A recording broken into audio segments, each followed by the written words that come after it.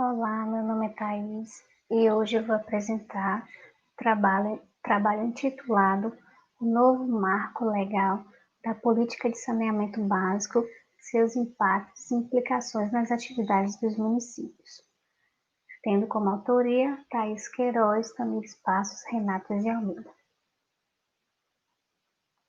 Bom, para falar do novo Marco Legal de Saneamento Básico, é interessante que se entenda o que compõe o saneamento básico.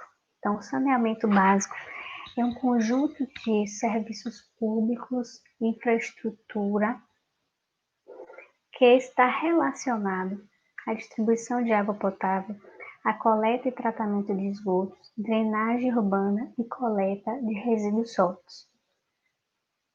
Bom, o saneamento básico ele está inserido como um dos objetivos do desenvolvimento sustentável na agenda da ONU elaborada para ser atingidos até 2030, que está como objetivo, a universalização do acesso ao saneamento básico e a gestão sustentável das águas, tendo como premissa de que o saneamento básico, está diretamente relacionado às questões de saúde pública, às questões de erradicação de doenças, de desenvolvimento ambiental e também de erradicação, diminuição da mortalidade infantil. Os países, eles devem observar, esses indicativos e prestar conta à população sobre suas ações em relação a esses objetivos do desenvolvimento sustentável.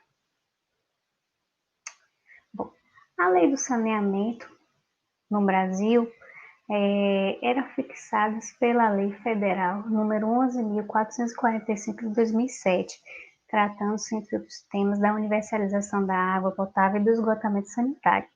No entanto, com a justificativa de melhorar a eficácia da política e sua abrangência até 2033, criou-se um novo marco legal do saneamento básico, que é a Lei Federal número 14.026 de 2020.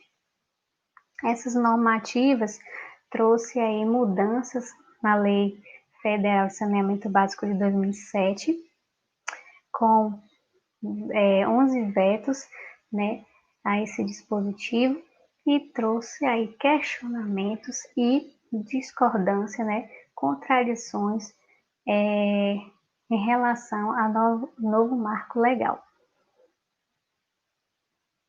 Nesse sentido, o objetivo desta pesquisa é refletir sobre o novo marco do saneamento básico e suas implicações nas atividades dos municípios.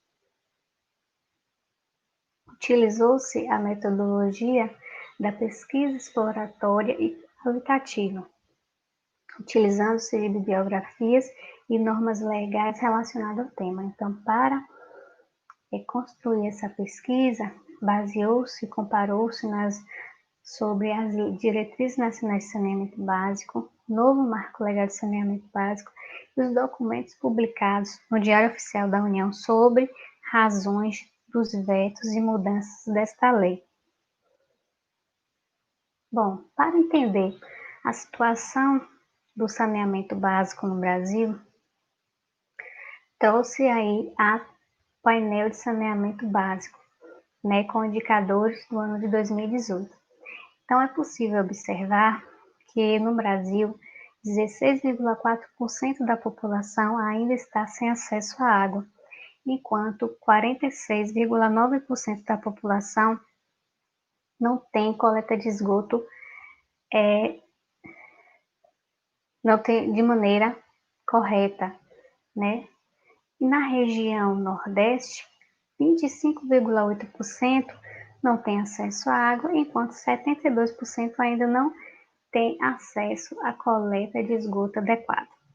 Também é possível observar neste quadro que, dependendo da perspectiva de salário da pessoa, da perspectiva de vida, é possível ter um melhor acesso ao saneamento. Observa-se que a pessoa com uma renda maior tem a possibilidade de um maior acesso ao saneamento. E as pessoas que têm a renda mais baixas, elas costumam ser mais vulneráveis e ter menos acesso ao saneamento. Ainda é mais agravante quando, à medida que se distribui essa água, há um grande desperdício, né? À medida que passa pela distribuição. Todos esses indicadores fez com que fosse uma justificativa para se criar um novo marco legal no saneamento básico. Bom, e aqui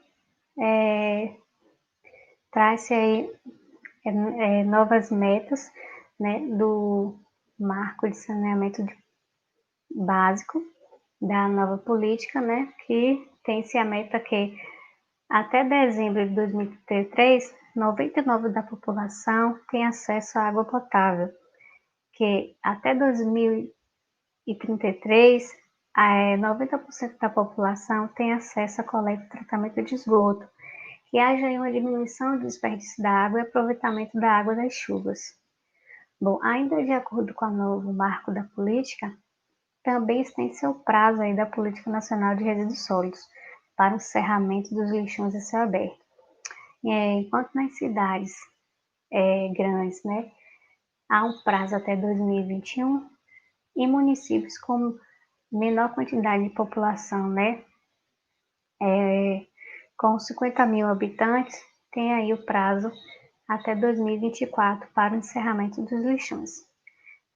Apresenta-se como outro compromisso também do marco da política, compromisso de não interrupção desse serviço de distribuição de água, né, com redução de perdas e com melhoria nos processos de tratamento. Bom, na política de saneamento, a nova política, existe a obrigatoriedade da abertura de licitação entre empresas públicas e privadas para os serviços de saneamento. Antes, né, na política de saneamento de 2007, era possível que os municípios contratassem esses serviços a partir de contratações e prestações de empresas públicas.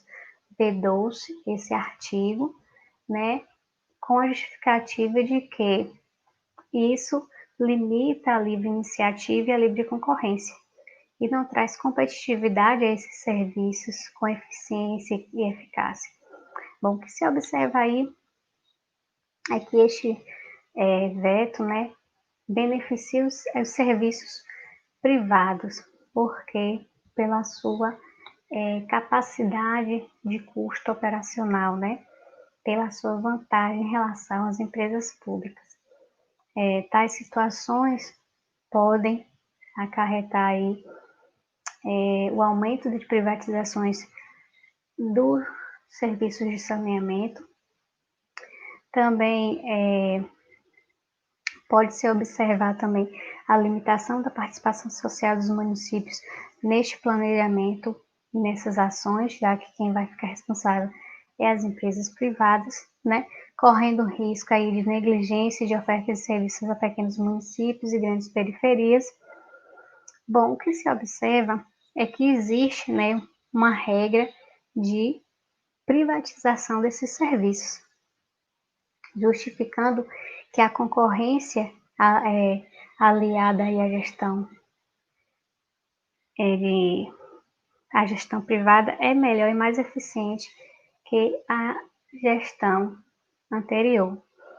Mas o que se verifica assim na prática, né, é a estruturação de uma política neoliberal e que esteja atenta a dar condições para a valorização dos mecanismos de mercado e a valorização do capital, né, dentro do saneamento básico.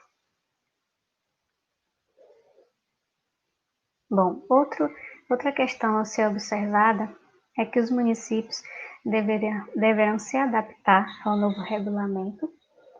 Os municípios pequenos devem se organizar formando blocos regionais para a construção de seus planos e a União pode oferecer capacitação técnica a esses gestores, né, para a elaboração e implementação desses planos. houve um veto aí, né, do artigo 54 da Política Nacional de Resíduos Sólidos, que falava que a União e os Estados poderiam manter ações de apoio técnico e financeiro. Então, houve o veto, né, desse artigo, pois justifica-se que não tem uma estimativa de respectivos impactos orçamentários e financeiros, ou seja, a União ela não é mais obrigada a dar apoio financeiro a esses municípios, né? Ela deixa aí para o acesso aos investimentos privados, né? Para esses serviços. Bom, então, à medida que esses serviços eles vão sendo privatizados, há aí uma medida e um mecanismo de regulação tarifária, né? Então, ao qual não se sabe ao certo como será estabelecido e se a população conseguirá arcar com esse aumento de tarifa, já que os custos para o saneamento e universalização desses serviços é caro e as empresas privadas elas visam o lucro, então ela poderá estabelecer uma taxa elevada, né, de serviços para compensar o investimento gerado nas grandes cidades com pouco recursos de saneamento, né? Porque se não for assim, a empresa não terá lucro, os lucros desse setor, né? Então, os municípios e o Distrito Federal possam cobrar tarifas de limpeza das cidades, de manutenção da drenagem da água das chuvas, entre outras atividades. Bom, observa-se também que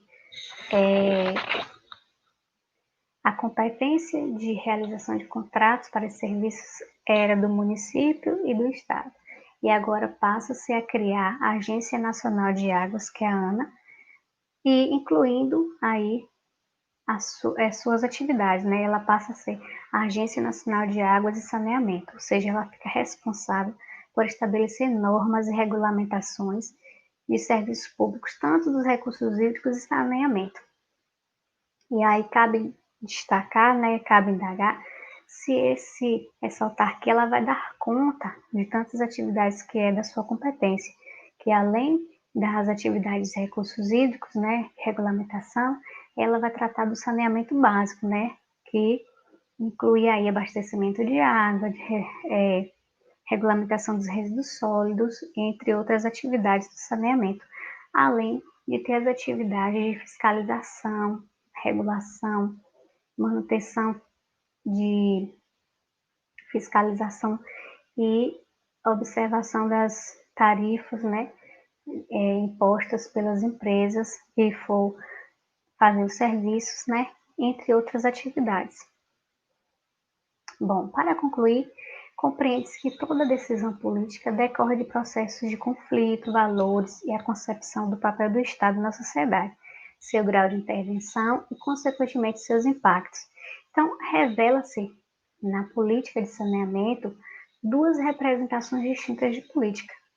Uma delas é que vê o saneamento como um direito social, integrante das políticas sociais e promotora da justiça socioambiental. Por outro lado, existe a representação de cunho neoliberal, que é o que se observa nesta lei, que enxerga oportunidades para inserção dos mecanismos de mercado, incluindo a perspectiva da privatização. Ao nosso ver, o saneamento básico deveria ser uma política democrática, universalista, inclusiva, dada aos seus interesses e às dimensões coletivas que as abrangem, especialmente por tratar de um direito garantido na Constituição Federal e que deve ser um dever do Estado. Aí estão as referências utilizadas e muito obrigada.